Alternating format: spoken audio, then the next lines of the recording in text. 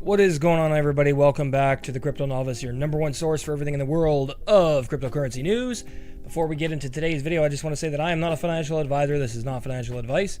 Do your own due diligence and research. Never invest in any cryptocurrency you're not sure of. And remember, these videos are for educational purposes only. Also, I want you guys to comment. Help us educate people in the world of cryptocurrency, coins, meme coins, altcoins, and everything, NFTs, whatever you want to help us educate people on, please comment in these videos.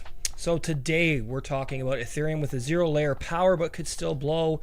Now, before it becomes a foundational infrastructure for the next stage of the internet, there are 3 risks that the blockchain needs to avoid, says Brody, head of blockchain at EY. Now, he goes on to say that if there's ever a time you can detect from my writing and point of view, it's that technology world will love a standard always, and Ethereum has become that standard. Additionally, as I never tire of pointing out, once a standard gains a large foothold, it is remarkably difficult to dislodge it, even when something better comes along. Now, from operating systems to paper checks, or checks if you're in the UK, once something becomes quote-unquote good enough, tools and pathways are built around them. Now, there are a few illustrations of the power of technology standards and path dependency that can match the enduring existence of paper checks in the US's financial system. Once upon a time, the infrastructure that supported paper checks included networks of overnight flights and all-night data processing centers and banks. Those are all gone today in favor of digital image processing systems. Now, it's not uncommon to send both paper and checks from your bank through online banking and bill pay, and then deposit receive checks by scanning them with your smartphone. Well, none of us do that. I don't do that. That's how they track everything.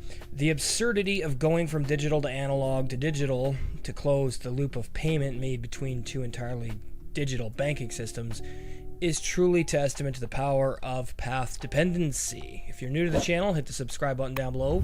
Turn on the bell for notifications. Let us know what you want covered on the channel. Remember, help us educate people by commenting and interacting, okay? Now, Ethereum is certainly on a path to becoming not merely a global standard, but a deeply entrenched one in the global business and financial infrastructure. However, it's not quite there yet, and the ecosystem needs to carefully avoid what I think are 3 risks that could make a significant opening for an alternative solution.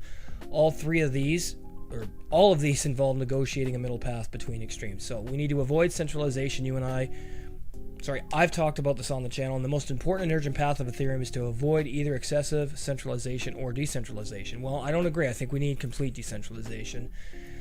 The entire value proposition of blockchain tech is still built upon decentralization, as it should be. Now, for the more politically inclined, they see it as censorship resistance. Well, that's what we need, okay? Now, those of us in business, the value proposition is about monopoly resistance. We live in a world where extractive technology monopolizes a lot of things that we don't need anymore.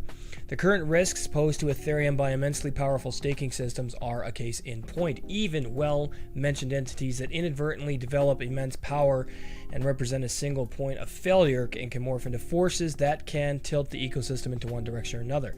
Systems like quadric voting, for example, can and should be used to prevent any single entity from gaining excessive levels of ecosystem control and dominance. Now, excessive decentralization poses a similar but still a risk. No, it doesn't at all. An ecosystem without larger entities may struggle to find clear leaders and use cases that can lobby for constructive change. Whoever wrote this is a fucking idiot.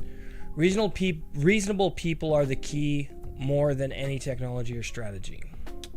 We need to avoid idealism. Okay. I don't agree. Ethereum can best be described as ideological access. The internet, in its glory expansion years, was seen by many as the perfect tool for decentralization, or democratization, of both businesses and personal expression. Some people today see these goals as having failed. Governments and large companies have carved out significant exceptions, building monopolies, filtering content, and spreading propaganda online. Idealists could look at this as a complete failure, but it's really just partial success. Okay, whatever you say, buddy. There's a real risk as regulators and governments, as they crack down on unauthorized security sales and money laundering in the crypto ecosystem. Right, because those governments and regulators can be trusted. See, this guy's a complete idiot. Idealists will resist any effort and accountability or lawful limitations. The result might feel like victory, but would make Ethereum impalpable for enterprises, public sector, charities, and banks with mass market access. Oh well, we don't need it. If Ethereum is captured by an all-noting idealist, all-or-nothing idealist, we will surely end up with a world based on centralized, state-controlled blockchains, not an imperfect global public blockchain.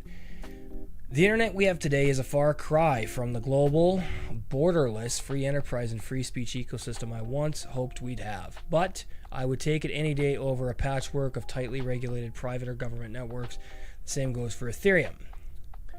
So the third thing is to avoid technological calcification. Well, the final risk for Ethereum is technological calcification. Ethereum does not need a nimble technological startup, but it must grind to a halt.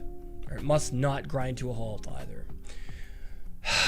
Winning technology stands... Okay, you know what?